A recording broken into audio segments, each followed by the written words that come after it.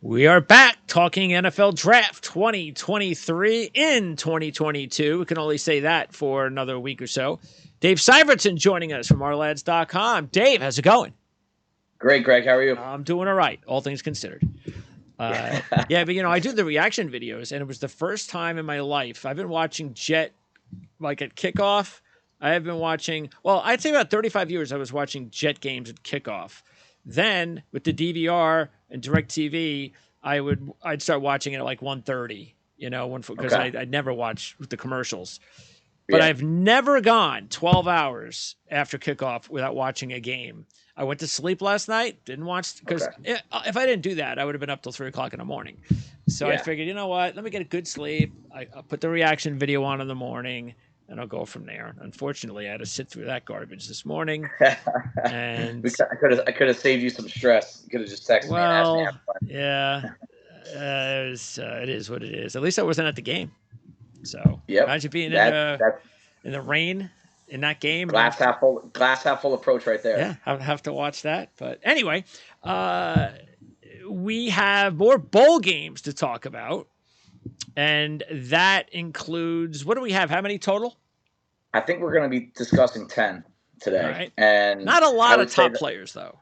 Yeah, the first half of this discussion is going to be pretty quick. We're going to get through the first few games pretty quickly. It's just some non-Power 5 schools, a lot of them, and even within those games, there's probably only a prospect or two to really keep an eye on. But again, in respect to everyone's time, especially the early games, we'll probably just give you one, maybe two guys to keep an eye on. Okay, well, we're going to start off with the Hawaii Bowl, and we're recording this on Friday, so the Hawaii Bowl is a Saturday night game, Christmas Eve, San Diego State and Middle Tennessee State. And taking a look at the board here, for both teams, for Middle Tennessee, you have all free agents. Now, Jordan Ferguson's the one that would intrigue me the most. But tell me, is he their top guy, top free agent? Because you don't have him as a draftable guy right now. Yeah, I have everyone from Middle Tennessee being a free agent. And Jordan Ferguson, edge flyer number 9, really good production. Simply just beats guys on an island repeatedly over and over. And again, lower level, that's what you want to see, high level production. Taking games over, dominating, if you will. And the tools there, they're on the very low end. Just size, speed, reach, everything about him is going to be below average. So that's always a tough sell coming from a smaller program with the lack of tools. But there is enough production for Tim to get a look for training camp. All right. So for San Diego State, though, a little bit different. You have Patrick McMorris, safety. Number 33, and again, you could just take a look at the ticker. We have the ticker there. It's got the number of the jersey of the player, the position, the school, the date of the bowl game, and the bowl game itself, and of course, in parentheses, right now where Dave believes these players are going to get drafted. And this is Patrick McMorris in the 5th or 6th, and you also have their defensive tackle, potentially a draftable player as well. Starting off with McMorris.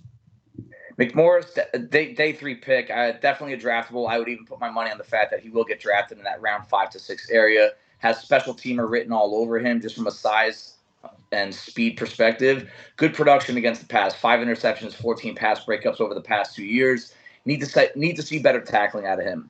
But a lot of things that separate safeties from college to the NFL is size. You want these guys well over 200 pounds and to play a physical brand or be a coverage specialist. And I think that McMorris has that frame that everyone wants, but he's also producing in coverage against the pass. And I think it gives him that inside edge that if he's got both of those traits, someone's going to give him a look day 3. Just has a good feel for the game, too. And that's one of the things that's hard to see unless you watch these guys from the All-22 multiple times. McMorris consistently shows that feel in coverage. Okay. And then Tavai, the defensive tackle, he actually led the team with 12.5 tackles for loss this season. He's a stud. Yeah, he really. If you wanted, yes, I mean he's 5'10", 288. Wow. For a defensive lineman, so it's a hard sell that anyone's going to give him a look. I do think he will get a look. Will he get drafted? I mean, it would probably be a first. I don't know if a player this size has ever gotten drafted to play the defensive line, but take the draft out of it. If you want to watch a fun football player, just a kid that has the passion for the game, fire for the game, maybe this year's version of Rudy. This is the kid. Just because he plays like he's on fire and he wins. He wins a lot of battles, but it's a different ballgame in the NFL. We know that. I'm not saying he's going to have this kind of production in the NFL, but I do think just with how well he moves and how powerful he plays, he has what I call fast power. It takes him 1 or 2 steps, and he can bring immediate elite level power. He's obviously going to be under the pads of blockers, but it's a little bit harder to win at the NFL level at this size. But I do think there's enough quality tape here to get him a look in training camp, and I bet he'll be a guy that players hate to go against. Okay, just these small and power. What team should he get drafted? What kind of scheme? Because when I look at a guy that has the production that he has, and the motor you've talked about, number one in the FBS in pressures and hurries, and that's pretty impressive, especially at defensive tackle. Size is without question got to be the absolute reason why he's not considered a definite draftable player in your mind. Right. And maybe he does well. I don't know if is he going to the East West? Is he going somewhere to prove himself? I hope. I haven't seen anything yet. A lot of those names have not gotten put out there yet. There's a lot of negotiating behind the scenes, especially with agents when the agents start getting involved. But I got to think he's going to be on one of these all-star teams because that kind of exposure to the NFL is vital to a kid like Devine. Yes. It's not just the practices; it's the interviews, the interaction with the coaches. Obviously, there's going to be a lot in his game that needs to be coached up and refined if you're going to play the NFL at that size, and you want to see how does he respond to that kind of coaching, and can he adjust on the fly? That would be probably the most important part of an all-star week for him. And, there's above average tools, there's average tools, there's below average tools. He's off the radar when it comes to the size. So it's a hard sell. I think the kind of scheme, what Indianapolis does with their front, what Tennessee does with their front, where they use a lot of 3 techniques, that's the kind of role that I think he could play in. Okay. And they have had success with players that have those below less than ideal measurables up front. And, those are 2 schemes, both from the AFC South where I could see a fit. Yeah, because I ran through the East-West while you were talking, and he's not on that board just yet. Yeah. So, hopefully he gets there because, he sounds like a guy that really should be there. Watch him play. I encourage everyone to watch him play. The dude can play football. It's just hard to project this kind of size, but the dude can play. It's just, you're looking at something that I don't know. I went through my database here. I don't have a player that's ever been drafted this size at the defensive tackle position. Wow. So when you're talking about that kind of anomaly, it's a tough sell. Okay. All right. And by the way, there are some of the other free agents, Shawcraft and McDonald, they've been key players for a very good defense for the past few years. But those guys are only going to be able to make the NFL as free agents, special teams, things like that, right? Yeah. Yes. Yeah. Those guys are definitely going to be in the free agency period, and they'll have to make their buck on special teams early on. Okay. Next up, we go to the Monday bowl game, and the Monday game to start off with is going to be the quick lane between New Mexico State and Bowling Green. So there's going to be a couple of powerhouse football programs battling it out on Monday. And with these 2 teams right now, there's one player out of the 2 teams that you believe will be drafted, and that's on Bowling Green's side, number 11 edge rusher Carl Brooks. One of my favorite players to watch so far that's off the radar. Not in terms of will he be a high pick, but just, again, similar to who we just talked about, Tavai from San Diego State, a fun kid to watch, very unique. And this kid has tools, and they're just unique for where he plays. He really does. He plays an edge position at 6'2", 305. And you immediately say, okay, 3-4 D end is probably where he's going to end up, right? But the role he plays at right now, I want you to remember back to last year's draft class, Texas A&M, DeMarvin Leal from Texas A&M, number 8. Kind of that defensive tackle type body. He went to Pittsburgh, I believe. Yes. Defensive tackle type body that almost looks like he's too big and too slow for the outside, but then you watch him play, and he's got a great first step. He knows how to convert quickness and speed to power, meaning he gets that initial positional advantage on a blocker. And then he knows how to finish. There are secondary moves. Great closing speed, great aggression, great forward lean when he's interacting with blockers. His best game of the year that I saw 4 of his games so far this year. This will be the 5th. I'm hoping he plays. He had 5 pressures against UCLA. Probably Wow, his best competition of the year. great. And when I see someone from a smaller program play his best football against his toughest Yep. competition, that sticks out to me. That means something to me personally. And that's why I think there's going to be a lot here. I think 3-4 teams are going to be all over this kid because I think he's still growing into his frame. And a team like Pittsburgh, they use their 3-4 DNs as credible pass rushers. It's not just the old school 2-gap run defender.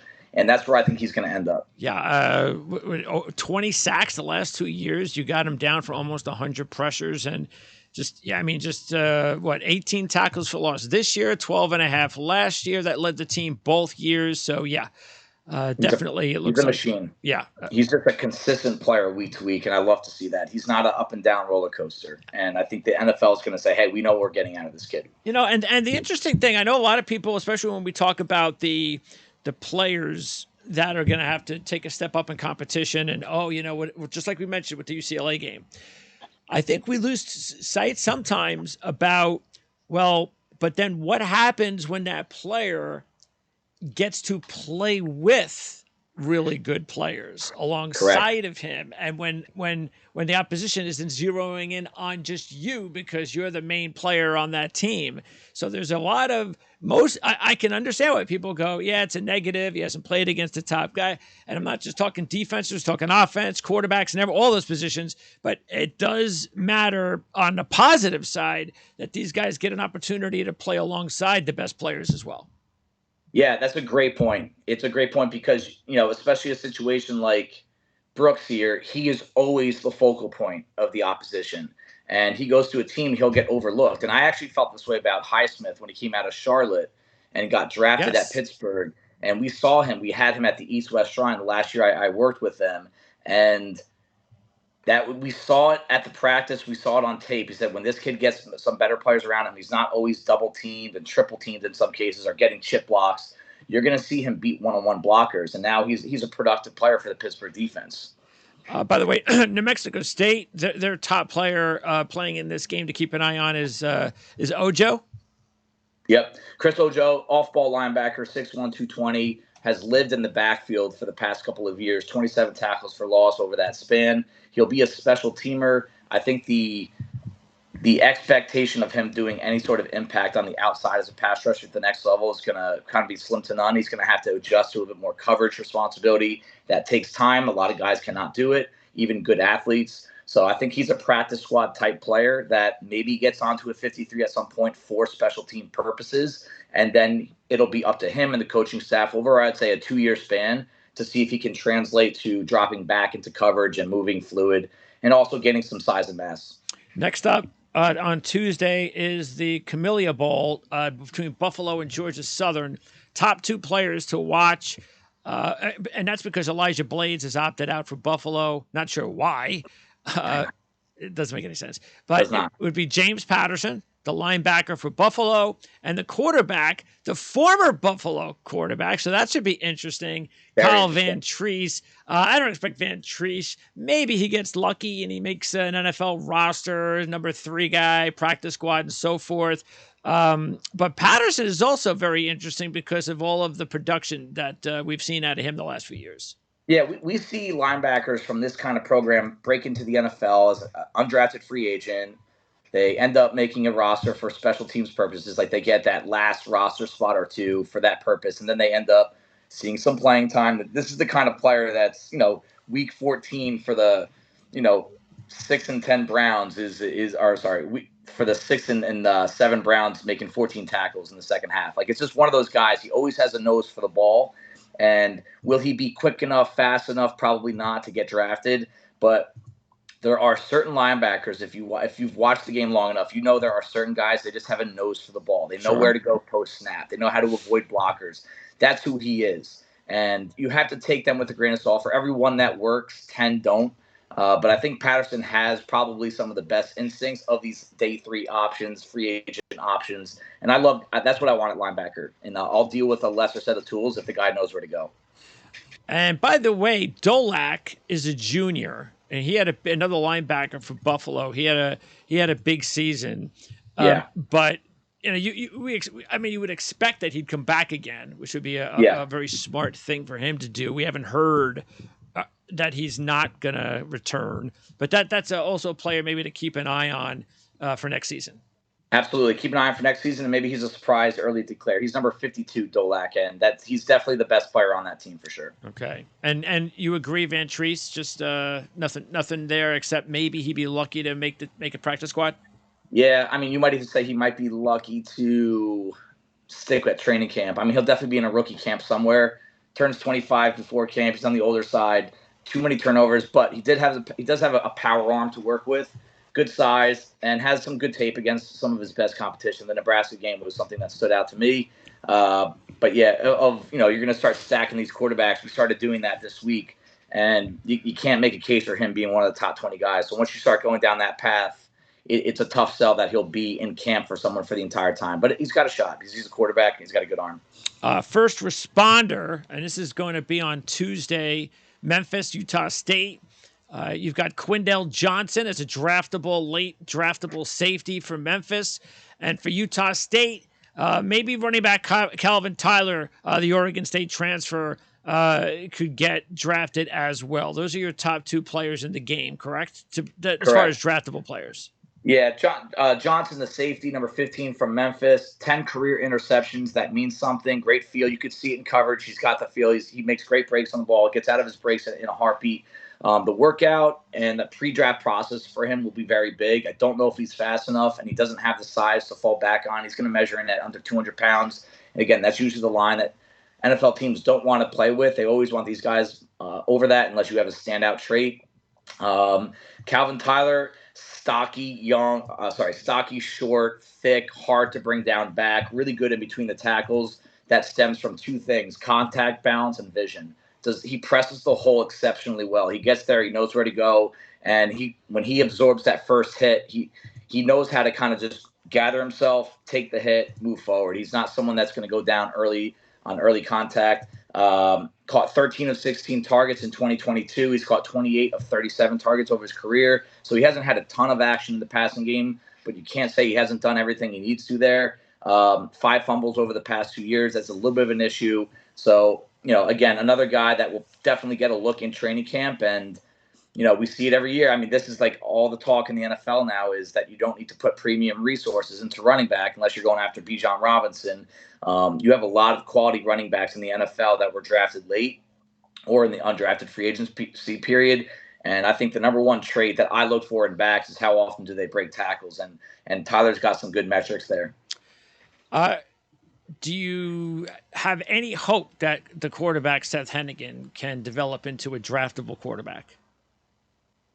Not anything that I would say is noteworthy. Next, Coastal Carolina and East Carolina. So, you like the matchup there. Birmingham ball. Unfortunately, no Grayson McCall. Yep. And no DeJordan Strong either. Yeah. So those are the two best players maybe on the team. Yep. And they're both not going to play anyhow. But Coastal Carolina will have Gerard Clark and Lance Boykin both in the game. So talk about those guys. Clark is who I'm going to start off with. He's a fun prospect to study, read about, and project. Former tight end, and then you watch him play, and you're like, all right, this guy doesn't really know what he's doing yet, but he just recently converted to the defensive line. So I still think he's very early in that progression curve. I think it's only been 3 or 4 years. He is an East-West Shrine invite. That's going to be a huge week for him. And he has, on tape, taken over the game a few different times over the course of the past 2 years. 10 tackles for loss. And I think that what I saw down the stretch from him was that he was starting to figure out how to use his hands and his lockout just to simply prevent blockers from getting into his body. And then once he is in that position where he's got those elbows locked out, he's controlling the engagement. He's strong enough, powerful enough, and also quick enough to get to wherever he wants to get to. And I see that two-gap defender, the guy that lines up over the center, can control both the A-gaps, and then also someone that can make an impact. He's not just a space eater or block eater. He can actually make plays because now he's starting to figure out how to use that length and power, and he's got the quicks. Boykin, Old Dominion transfer, great size, 6'2", 201. I thought he had better tape in 21 than he did in 22. I did watch his tape prior to this season. I think he could have been one of these guys that rises up. The play in 2022 did not match what I saw last year, so I think he's going to kind of just sit around that end of day 3 slot, which, again, not a bad spot to be in for corners. I think there's going to be certain teams that value length more than others, and they'll be the ones that are going to be looking at Boykin. By the way, the freshman Jared Brown sure seems like a player to keep an eye on in the next because he was a true, I believe, right, this year. So he still has 2 years left. He's going to be one to watch. I don't even know if he's going to stay at Coastal Carolina. Yeah, I mean, with the way things are now, how easy it is to kind of flip over, and now all the NIL deals. I mean, someone's gonna. It sounds funny to say in college, he will get offered money from a big program. So I would be surprised if we're talking about him in 2 years from Coastal. Yeah, and nothing as far as Sam Pinckney, receiver. I don't think the speed's going to be there to be anything other than a free agent. That's it. Okay. Yeah, he'll get picked up by someone in the free agency period. All right. By the way, and just quickly on Strong, because I know he's not going to be playing in the game, but he's definitely right now at the top of your list as far as the Chanticleers are concerned. Yeah, day 3 pick. Earlier than Boykin, he's twitched up. He's so explosive in and out of breaks. I think he can teams that favor man coverage and get these guys up in the faces of receivers at the point of attack. I think they're going to be all over Strong, and that's a really tough role to play at the NFL. But he's got the attitude, he's got the twitch, he's got the speed. I'm really curious to see how he does in the pre-draft process because he's someone that could kind of boost himself up a little bit with some good workouts. And East Carolina tight end Ryan Jones opts out. Keaton Mitchell. Now, we talked a lot about Keaton Mitchell in our running back report. That's available on the channel. You can check that out because we have no idea what he's doing yet. We don't know if he's coming out. I don't know if he'd transfer. Anything's possible. So, yeah, but right now he's playing in the game, correct? Yeah, as of now, he's playing in the game, and as of now, he has not made a decision on next year. I'm a big fan, as you know. We talked about it. I really like this kid. I remember that you liked him a lot, and I remember when we first discussed, I said, I don't think he's going to come out. But the more you watch, the more you read, and considering the fact that he's a running back that's going to have a draftable grade, and he might get that mid-round grade from the advisory board, and that holds a lot of weight with these kids. If you're a running back and you're projected to be a top 4 round pick, it's almost silly to go back to school. I mean, it does happen still, but Mitchell, the only drawback against him is just he might fall under that 190-pound mark, and it's such a rare number to see someone get drafted. But again, he's not a traditional running back, and I'll tell you what, the dude averages 3.5 yards per carry after contact. So you can't make the case that he's a small guy that goes down easily. And I mean, he's got some of the best big play metrics in college football over the past couple of years, run and pass. Oh, you can line him up on the outside as a receiver and take advantage. Yeah. Think about James Cook, like what James Cook is doing with Buffalo, and that was I love James Cook. I had him as a second round grade last year. I think my third back. I loved him coming out because of that reason. He really could. If you just said, "Hey, we're going to put him at slot receiver," he probably would still have a nice solid career. So, when you can do multiple things like that, the NFL likes it, and he's a proven big play threat, and he's tough. He's not a soft 185. And by the way, their quarterback, that's somebody that there's really no NFL for Ehlers, right? Yeah, I mean he cut down on the interceptions, got a decent arm, but he had much better pass protection this year, and I think and that's where I think you saw him kind of take his game to the next level. Is that level draftable? I don't think so. I think he's going to be in that free agency period. The guaranteed rate bowl, you've got a handful of guys from Wisconsin opting out. That's not a surprise. No. Based on the coaching situation and they're just I'm not even gonna and I don't blame them in a way. I agree. Their heads can't be on straight. I agree. Out of the guys that have opted out, who's the top guy? Would it be Herbig? I'm gonna say the tackle Benton. Just has the NFL game. Keanu Benton.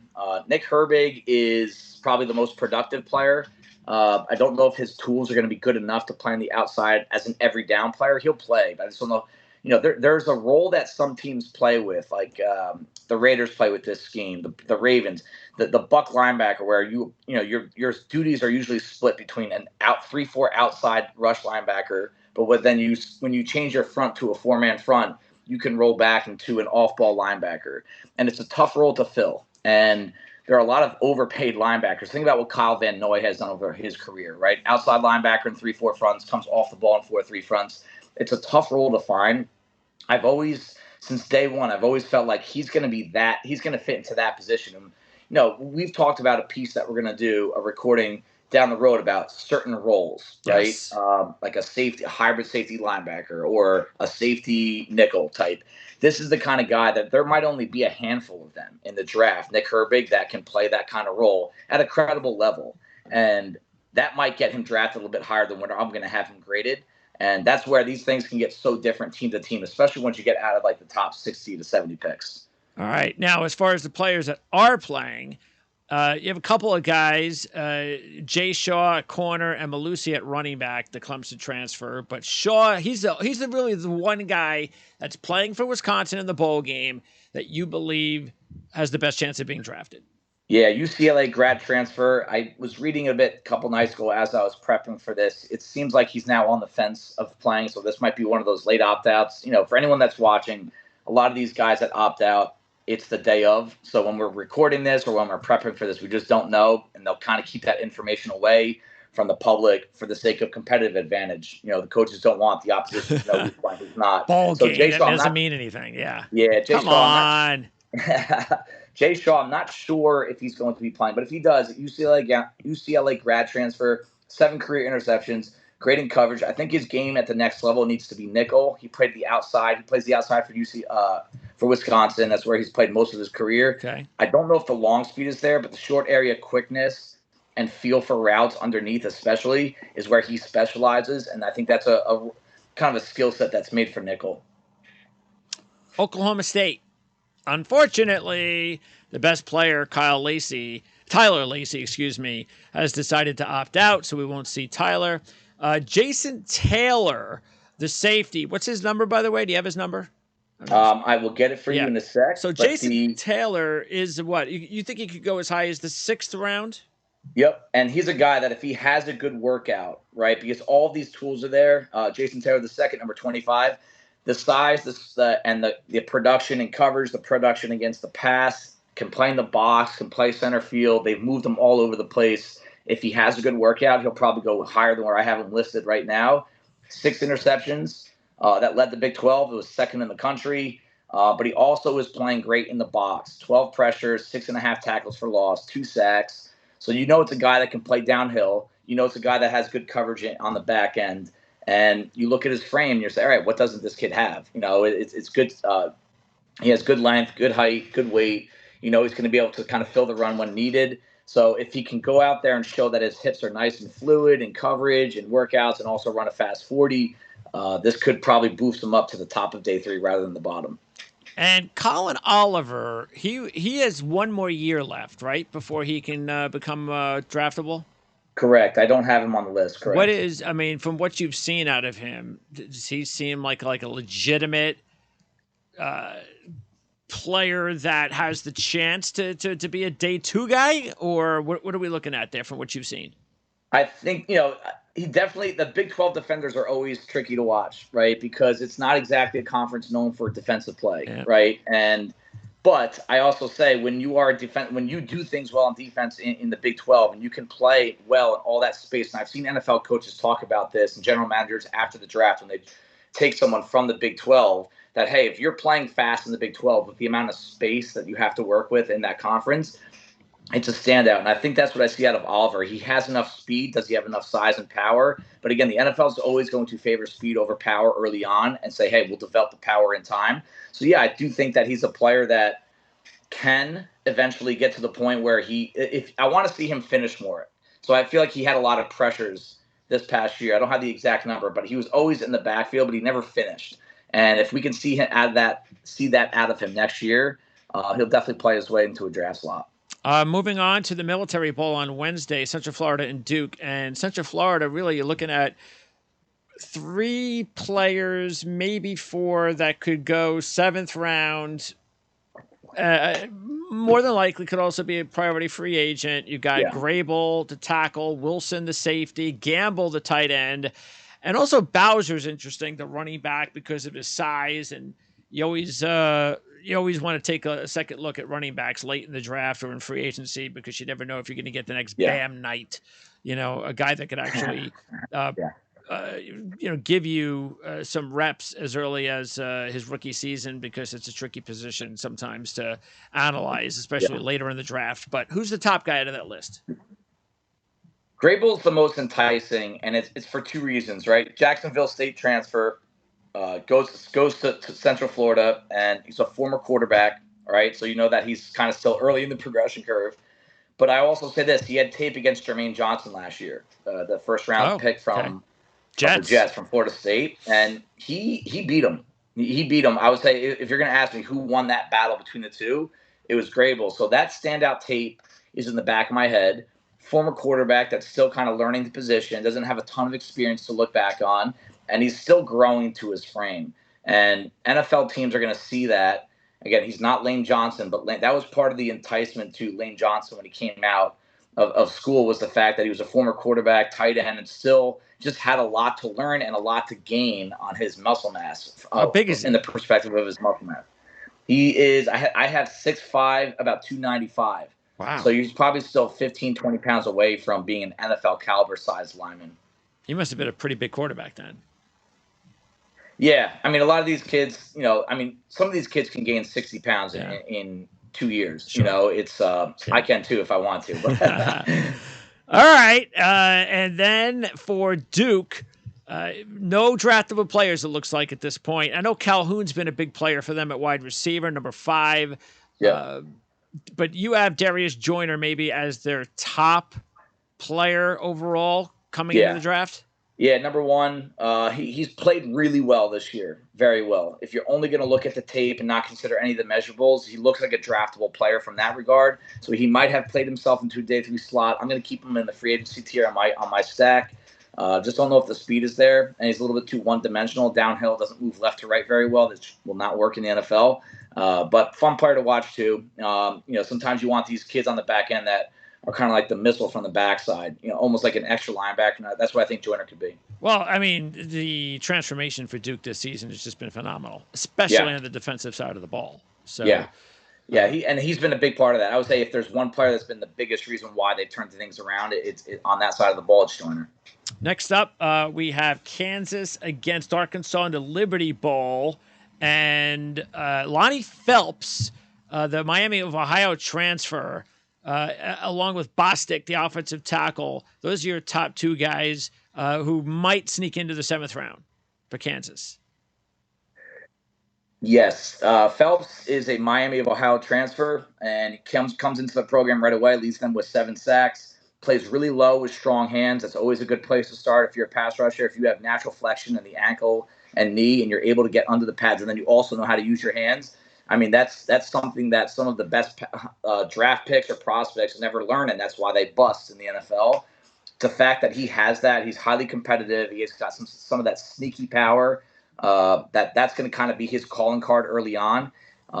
Still probably 7th round free agency period for him, but the position he plays is premium. It's very highly valued in the NFL right now. And again, I like the fact that he upped his level of competition and showed some of his best football in college. And unfortunately for Arkansas, all the really good players aren't playing. Drew Sanders, Bumper Pool, but that Bumper Pool's got the injury. Stromberg, even Hasselwood, the wide receiver, not playing. So that's unfortunate. Your top guy who could get drafted as high as the 6th round right now is Dalton Wagner, the offensive tackle. Yeah, the huge 6'9", 331. We asked the question last time: is that too tall to play in the NFL? I mean, I'm never going to say yes, but you have to work harder at being able to bend and play with a low center of mass, even though it's not natural. And he doesn't have that. That's one reservation I have with him. There's a lot of ugly tape where you see his knees too straight at the top of the engagement, and then all of a sudden you see him leaning from the waist, hinging, and then now his numbers and face mask are facing the ground. And that is, the death position for a blocker. And you see that a little bit too much on tape for him. But I will say he's improved every year of his career. You like to see that. And I also, again, I really put extra emphasis on his toughest competition. And I thought his Auburn tape was probably some of the best all year. He looked like a pro in that game. And there is such a thing as sports psychology that you up your talent, you up your level of play when your opposition ups their level of play. And that might be something that we've seen with Wagner because he has gotten better over the course of his career. We've seen really high quality tape against some of his best competition, and the position he plays, everybody's looking for tackles. I think that all these things put together is going to probably put him into a late draft slot that someone's going to probably put on the practice squad in year one. Next year, Arkansas could be even better because they're going to get a lot of key players that are going to potentially be in their final year. And I mean, and I'm really intrigued about KJ Jefferson. And I'll tell you right now. Same here. I actually believe, and I haven't dissected him, but for a guy who has the physical traits a little similar to Richardson, a little similar, I just feel more comfortable with Jefferson. I'll tell you. Go ahead. Yeah, I think that's you could say that with full confidence. I think you could say Richardson's tools are on a higher level. Yes. But then you could say that Jefferson has it between the ears a little bit more, and he's just a better decision maker. And I think he's got more gamer in him. Yes. And that's something you can't always measure on paper. I mean, maybe an analytic guy out there is a metric for that. But you need to watch Jefferson, and I know you have. There's a gamer in him. You trust him on 4th and 2 in the third quarter, in the fourth quarter down 4. That's the guy it's one of those guys you want him to get the ball in his hands in those situations. You trust him, and that means something. And I think a lot of NFL teams will feel the same way. And I think the running back, Raheem Sanders, has a more than 50% shot at being the running back next year. Yeah, again, a young player coming back. You've got on defense, of course, you've got Catalan. I mean, if he can just stay healthy, he could be a top player that we'll be talking about. But staying healthy is going to be important because he's been banged up the last couple of years. And they even have a good corner, Hudson Clark, and Landon Jackson, also an edge rusher. So they've got a lot of young guys that are going to be making names for themselves next season. But Catalan should probably be at the top of that list. It's just a matter of staying healthy.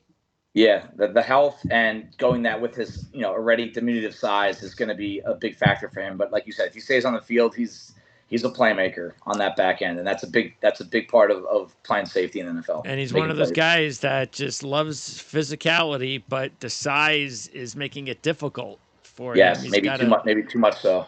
Yep. All right, Oregon next up. And, this is one of those really dud games because it seems like everybody's leaving North Carolina, including the quarterback. Coordinator's gone. So this is the Holiday Bowl with North Carolina and Oregon. And, so Josh Downs opts out. Is Antoine Green, is he the only player really that's kind of left to just, we'll keep an eye on number 3? Yeah, I mean, I really think that's the only guy to watch. You can watch the offensive lineman, number 65 Gainer, but he's a free agent. He's not going to get drafted. Green, 6'2", 210, 4.5 speed, maybe a little bit better. 19 yards per catch. He was a big play threat for Drake May, and the size and speed are there. So, yes, that's the one guy on this team that I think has a shot at getting drafted, but I would say the odds are slim. And for Oregon, you got Gonzalez and DJ Johnson opting out. Sewell is the top name, really, that opts out as well. But by the way, where do you project Sewell to next level?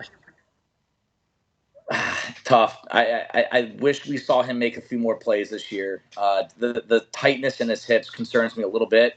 I do think he can have that Manti Te'o type career where he's going to maybe bounce around team to team. He'll be a quality early down run defender between the tackles, but the more you see him play in space and coverage, it's going to be an issue. All right. But then you have Brandon Dorless, defensive tackle, number 3. And Dorless is going to, as a matter of fact, he might be one of the top players that we've talked about on this particular show.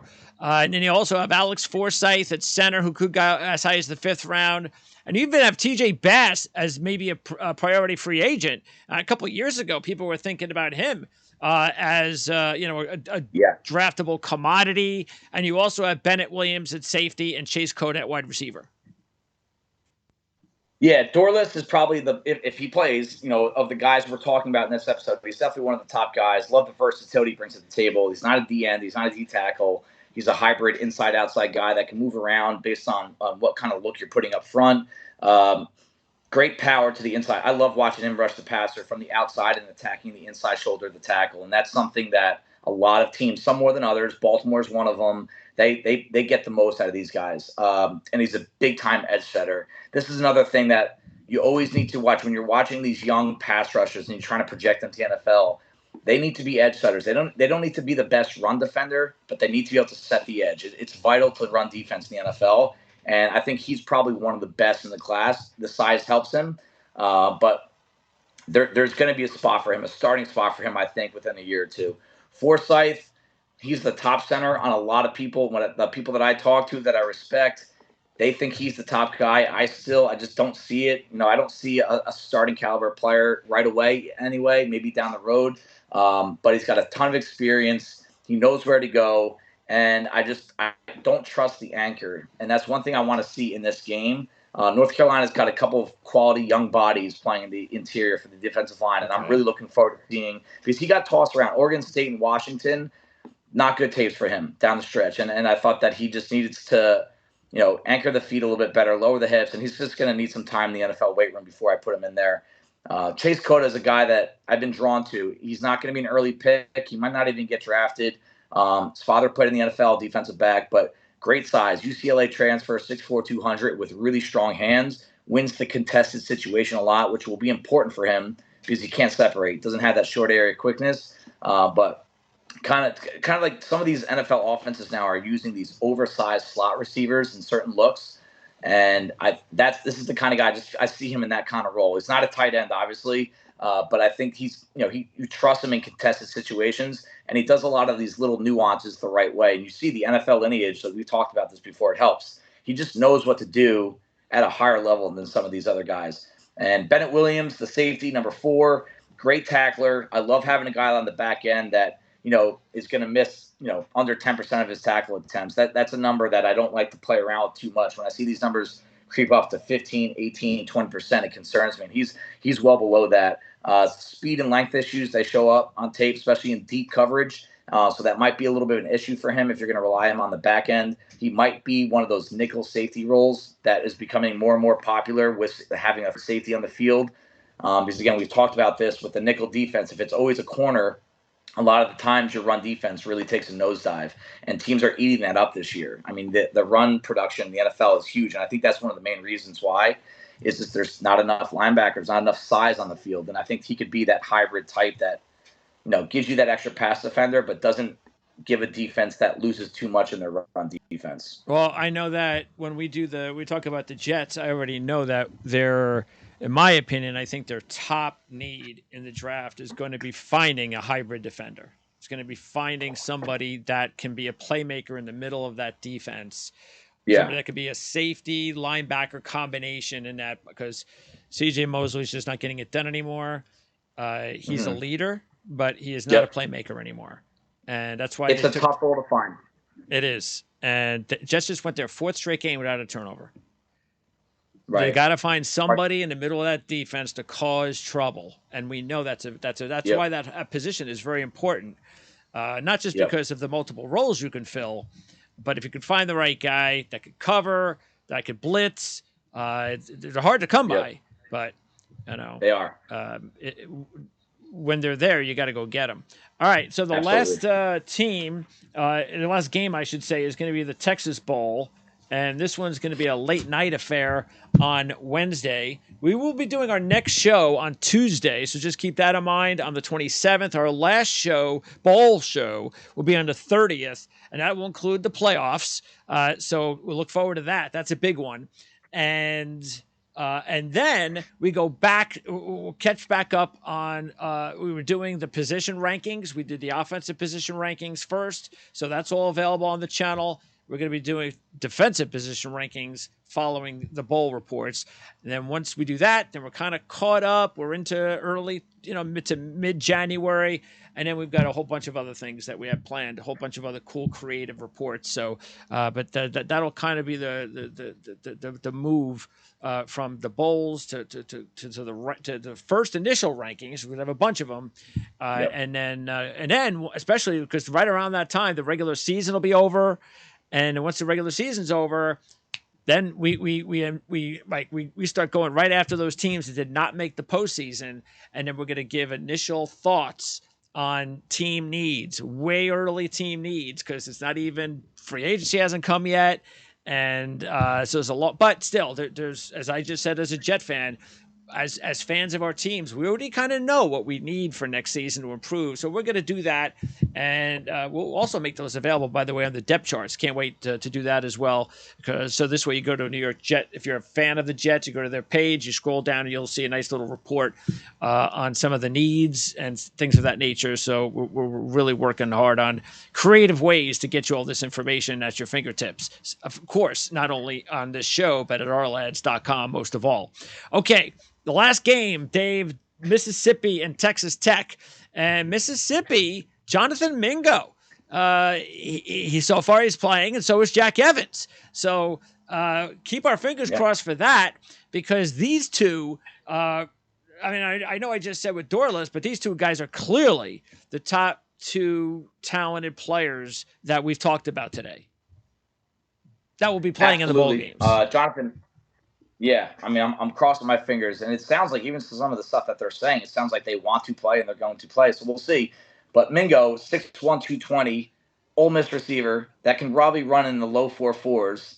How do you not think about A.J. Brown? It's hard not to think about him. He won't go. I mean, A.J. Brown, I had him as a very highly graded receiver coming out. Mingo is not going to reach that. He's not as sharp around the edges from the skill set perspective.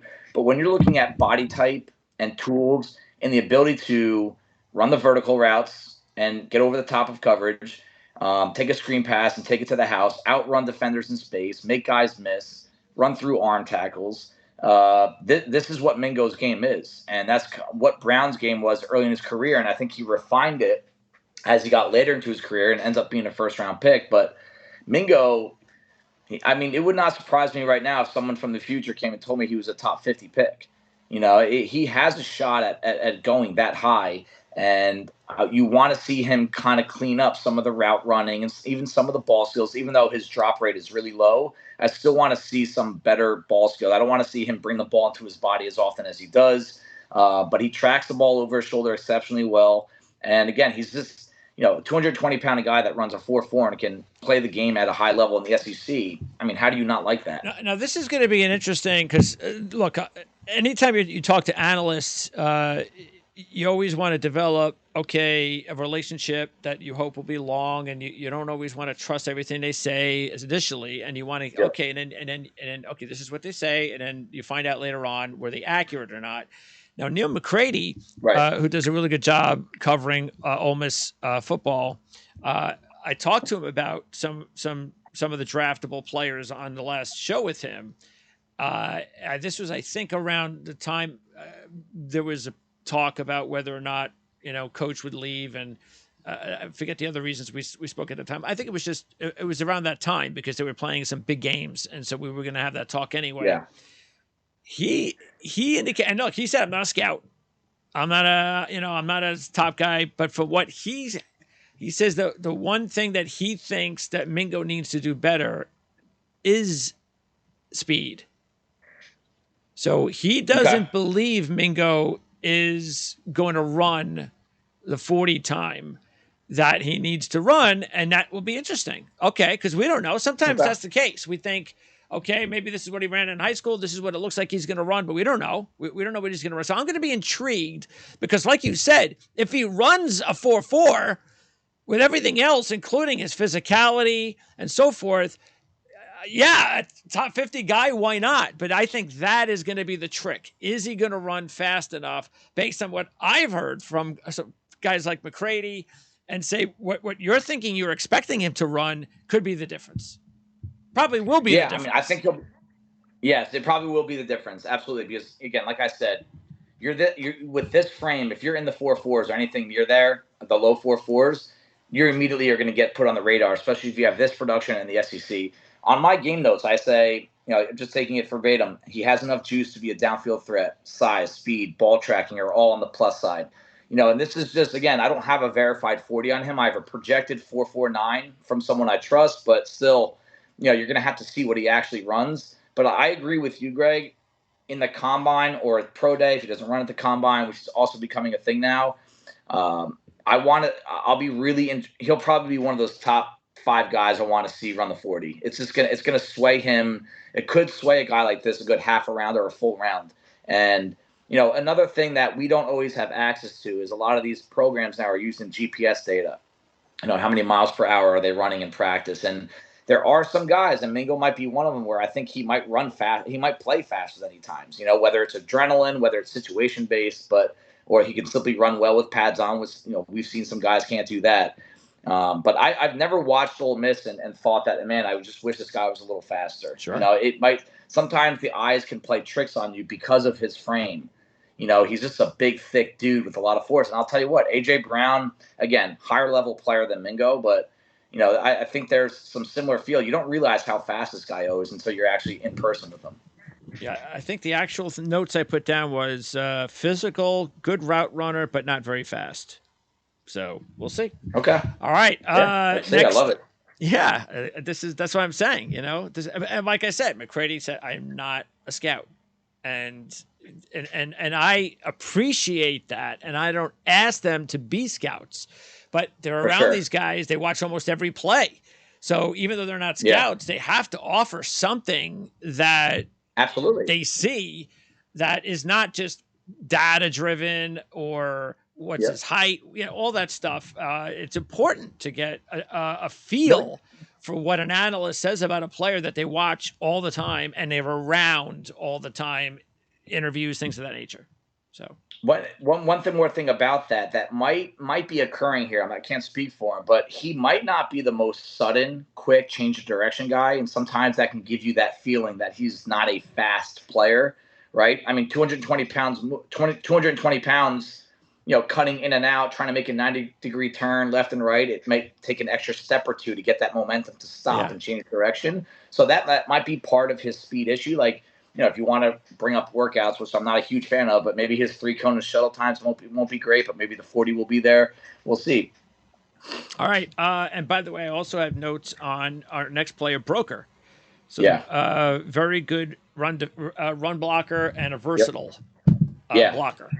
Yeah, former tackle. I think he spent 2 or 3 years at tackle, and then he moved to guard. Which I was so happy to see. That's why I've always projected. Last year, I was scouting him as if he was going to come out, and I said, hey, this guy's got to be a guard. And I'm glad that he played there, and he kind of confirmed/verified that he is a quality player in there. No sacks allowed. Again, NFL teams love to do this every year. They take a tackle that just does not have the ideal measurables or athleticism for the outside. You put him inside, and all of a sudden, you're considered an above-average athlete for your position, and they're pass protection specialists, which, yes, I think Broker is a better run blocker than he is a pass protector. But the fact that he has all that experience out on an island by himself against SEC pass rushers, I think that's going to go in his favor when teams say, hey, we might need to move inside. Because, again, he's going to have some length issues. There's going to be a couple issues there with just being able to get his hands on first on the outside against outside pass rushers. But again, I think that even just the versatility, having a guard that can shift outside in an injury situation when they start to pile up is going to increase his value come draft time. Okay, and then Zach Evans, definitely. I mean, look, we're talking about a kid that could go in the second round. That's how talented he is. But you wonder about Judkins was just such a force this season, and there's a lot of talk that, you would think the sky's the limit. I'm hearing, and I haven't seen any of the awards after the season, but he should be All-American Freshman of the Year at running back. So does that influence Zach Evans at all about, having to split more time with another running back? What do you think? Do you think he should come out? I think if history repeats itself, he's going to come out, because I'm pretty sure he left TCU because that backfield started to get a little too crowded with Kendre Miller coming up. And they had another senior back this year we haven't talked about, but he's another maybe draftable prospect or a late round preferred free agent. So I think because some of those guys started eating into his action, his carries, and Evans, I also give him credit. He wanted to play against better defenses to show that he can do it. And he showed it. He proved everything that he needs to prove. And he'll be the number 2 guy next year if he comes back. So just based on trends with Evans himself, I think he'll come out. And I love his game. I think I like his game more than most. 6 foot 215, and he has that what I call smooth explosion. Um, I saw this out of Alvin Kamara when he came out of Tennessee. It was just something that it just looked effortless for him to reach his top speed. It was 2 or 3 steps, and he breaks a ton of tackles, great contact balance, great vision. Again, yards after contact. It's one of the top metrics I use for running back. I love to see guys break tackles, and I think it translates to the NFL very well. And he's got great numbers there. Haven't seen enough out of him as a receiver. Just didn't get enough looks there. So I think that's going to be something he's going to need to answer for in the pre-draft process. But just as a pure runner, I think Evans is in that second tier behind Bijan Robinson as one of the top 4 or 5 backs in the class. Yeah, he should come out. Let's now go to some of the other players. You have Tavius Robinson. He could go into the 6th round. And then and AJ Findlay is the most AJ Findlay and Troy Brown are intriguing priority free agent guys because Findlay, you talked about his versatility. I know Neil talked about his physicality, his intelligence on the field. And Troy Brown, another player, you got to give him credit, big-time MAC performer, steps up in the SEC and does pretty well. So what about some of those other players? Both are just high-speed, high-energy, physical dudes that, again, you start talking late-round picks that are linebackers, safeties. They have special teams written all over them. I think Findlay has a little bit more potential to be, an actual, key piece of a defense down the road because of how many things he can do. He's got the size, 6'3", 205 with good speed, good tackle numbers, good enough in coverage. I wouldn't say it's a specialty of him. I think he's going to be more of a box defender, but I think he can get the job done well enough. Brown might not have enough reach, enough length to avoid blockers. I do think he gets into trouble once a blocker gets on him. But again, the quickness and feel for where to go post-snap, I think that half second right immediately post-snap is a make or break for so many linebackers, and Brown shows that he can get to the right spot right away, and he can kind of hide some of the length issues. And Robinson? Because Robinson just an NFL frame. Yeah. 6'7", 260, heavy hands, eats up a lot of space. They play him on the edge a lot, just as an outside rusher. He doesn't have enough juice to make a difference there, but he does swallow up a lot of space. He's just got that high hip frame that once he gets going, if he can refine some of his pass rush techniques, especially with his footwork, the other tools are there to be a factor on the outside. I look at a player like Ryder Anderson, undrafted free agent from Indiana, got picked up by the Giants. I saw in training camp right away when I visited with them that it's almost like a cheap version of Leonard Williams. That he can play end, he can play inside. He's got heavy hands, but he's just not ready for the NFL level yet. But now Ryder Anderson, second half of the year, he's sacks 2 weeks in a row. That I just see a lot of Tavius Robinson in him. All right, and then we'll wrap it up with Texas Tech. Tyree Wilson, edge rusher, not playing, but we do see we've got Sir Roderick Thompson, and we've got Merriweather, and we have Waters as 3 guys who are potentially 7th-round draft picks. Yeah, all these guys. Tyree Wilson is probably going to be a first-round pick. He would have been probably the top player we talked about today. All 3 of these guys, I think I'm kind of on the brink of whether or not they're going to get drafted. Thompson just plays a competitive position. There's just so many running backs in this class, especially this one. We talked about this when we talked about the backs. It's just the running back class is so deep that I think Thompson, that alone might just push Thompson out of the draft. But again, that's not it for him. We've said it on this episode multiple times. We'll probably say it 100 more times before the draft. It's okay if you go undrafted as a running back as long as you get into the right situation. And Thompson is another tackle breaker, very good contact balance, love the vision inside. The outside speed just isn't there. Anytime he's trying to run outside the tackles, I feel like the angles are always getting cut off by second and third level defenders. He just doesn't get there quick enough. But also, I think one thing that teams are going to like about him, he brings value on third down as a blocker and receiver. He's got great hands. He's a great blocker. He's a high-effort blocker. So many teams, if they're going to set, especially late in the draft, if you can't block, they will not bring you in. And if you don't show the effort and desire to be a blocker, because you're a 3rd or 4th string running back, you got to bring something to the table. And it can't just be carrying the football. And I think Thompson's going to turn a few heads there. Merriweather, love him. Fun kid to watch. Need to see the speed catch up to the body. He's short. He's 6 foot. He might even be under 6 foot, but he's got a unique body type. Wingspan of 80 inches. You see that with some linemen, that kind of size. 33 plus inch arms. Like that alone, that's going to get him on the radar, and he's got great production. He led the team in tackles 2 of the past 3 years. Can he move in coverage? That's going to be the question. Is he fast enough? Is he quick enough? And last one, Waters, number 9, the safety. He's a box defender. He has great speed, can track guys down sideline to sideline. He spent 4 years at Duke, 2 years at Texas Tech. He's been on my radar for a few years now. We're finally seeing him in the draft. This is crazy. I mean, I remember writing these guys up initially 3 years ago, and now they're finally coming to the draft. So I've watched him play a lot of football, and I think that he's gonna, he's made a lot of plays behind the line of scrimmage. And as a box defender, this is the kind of package you want to see: 6 foot, 215, and fast.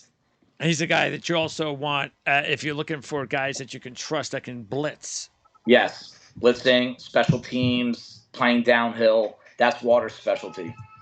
Dave, I think we hear your bell, the time bell, which is really on time, by the way. Rocky, come here. And this says Tuesday. Is on our schedule. We have 2 more of these, as we mentioned. Can't wait for our Tuesday show. Definitely can't wait for talking playoff bowl, because that the load of top draft picks that aren't opting out. We know that. Yes, we know. Well, one of them's opting out, but he hasn't played for Ohio State pretty much all season. But we'll still get your take on that. But anyway, great job as always, Dave. Appreciate it. Thank you. And we'll talk more bowls with these prospects on Tuesday show. All right. Thank you, sir. See you next week. You got it, Dave.